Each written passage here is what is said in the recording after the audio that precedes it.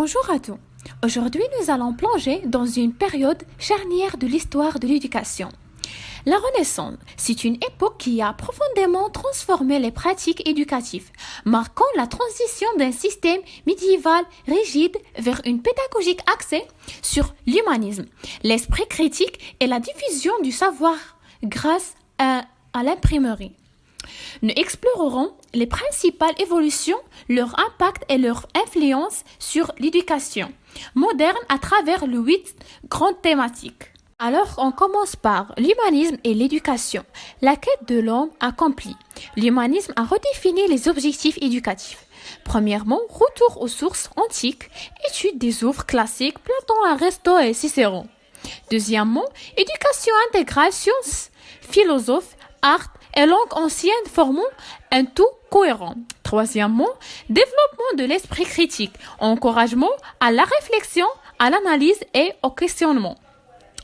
Quatrièmement, la dignité humaine, l'homme est vu comme un être doté d'un potentiel infini à développer. Méthode éducative, apprentissage interactif basé sur le dialogue, accent sur les textes originaux. Conclusion partielle. L'humanisme visait à former des individus libres, éclairés et responsables. On passe maintenant à l'impact de l'imprimerie sur l'éducation et la diffusion du savoir. L'invention de l'imprimerie par Gutenberg a marqué un tournant. Premièrement, accès élargi, les livres deviennent accessibles à une population plus large. Deuxièmement, diffusion des idées, les œuvres humanistes et scientifiques comme celles d'Erasme et Copernic se répondant. Troisièmement, standardisation, les textes sont uniformisés, facilant l'apprentissage. Quatrièmement, alphabétisation accrue. La multiplication des œuvres encourage l'apprentissage de la lecture. Des exemples marquants. La Bible de Gutenberg au 1455, la manuel scolaire d'Erasme, les travaux scientifiques de Copernic. Conclusion partielle. L'imprimerie a démocratisé le savoir, stimulant une révolution éducative. On passe maintenant les écoles de la Renaissance, une transformation de l'accès au savoir. Les écoles ont intégré les idéaux humanistes en réformant les institutions médiévales. Premièrement, évolution des institutions, création de collèges humanistes et réforme des universités. Programme élargi, inclusion des sciences, des arts et des langues classiques. Accessibilité accrue. L'imprimerie rend les manuels plus abordables, permettant une ouverture à la bourgeoisie urbaine. Marquant.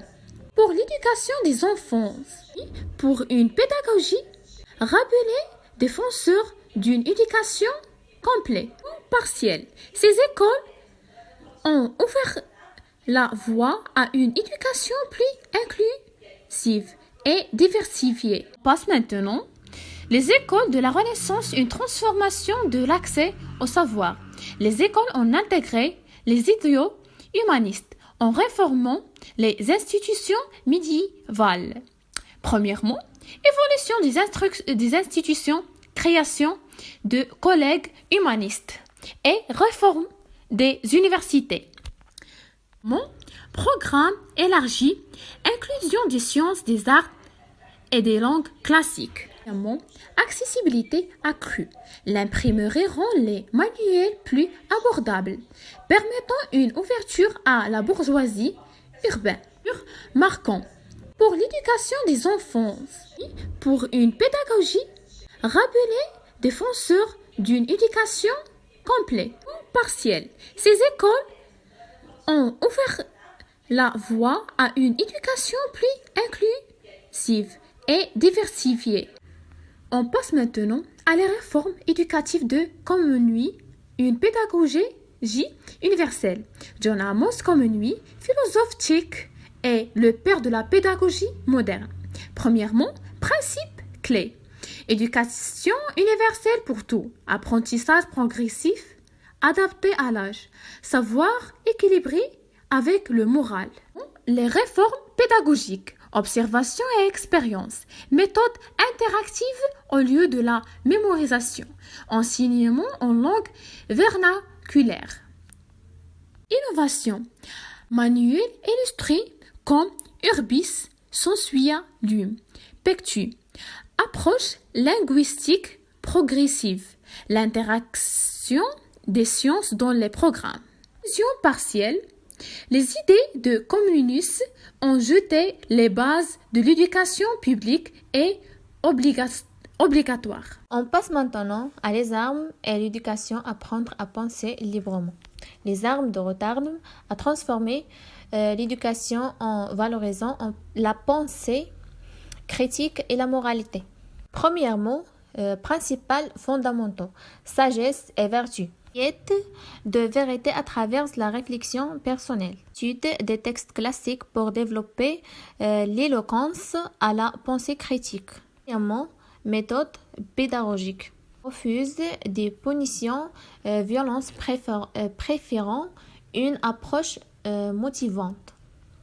Lecture et dialogue comme utiles principaux.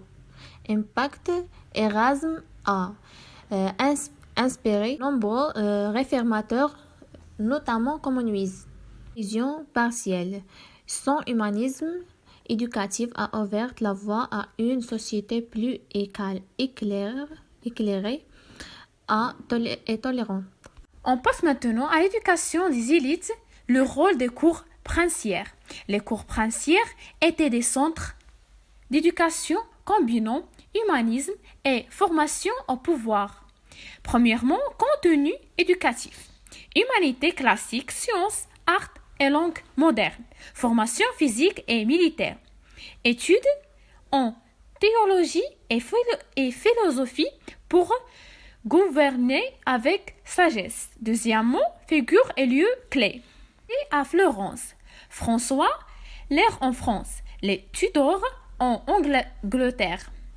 De Pizan, défenseuse de l'éducation des princesses. Vision partielle. Ces cours ont formé une génération de dirigeants éclairés, influençant l'éducation urbaine.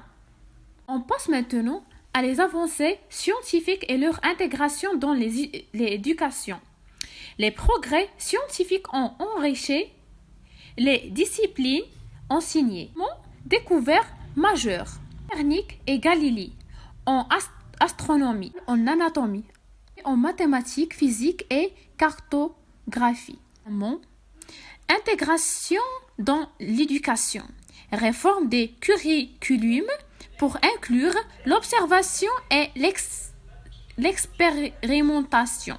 Universités comme Padoue deviennent des centres d'innovation durable. Ces avancées ont jeté les bases de l'éducation scientifique moderne. On passe maintenant à les femmes et l'éducation entre progrès et limitation sociale. L'éducation féminine reflète les tensions entre progrès humain et inégalité patriarcale. Premièrement, progrès. Christine de Pizan milite pour l'accès des femmes au savoir. Certains aristocrates comme Marguerite de Navarre reçoit une éducation avancée. Limitation. La majorité des femmes restent confinées à une éducation domestique. Accès limité aux disciplines avancées et aux universités. Marqué. Louis Marguerite par Elisabeth. Conclusion partielle.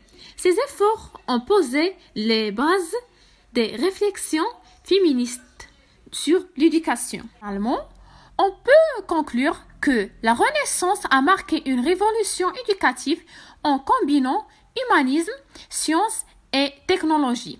Grâce à l'imprimerie, aux réformes pédagogiques et aux idées, cette période a profondément influencé l'éducation moderne. Merci pour votre attention. N'hésitez pas de poser vos questions ou partager vos réflexions.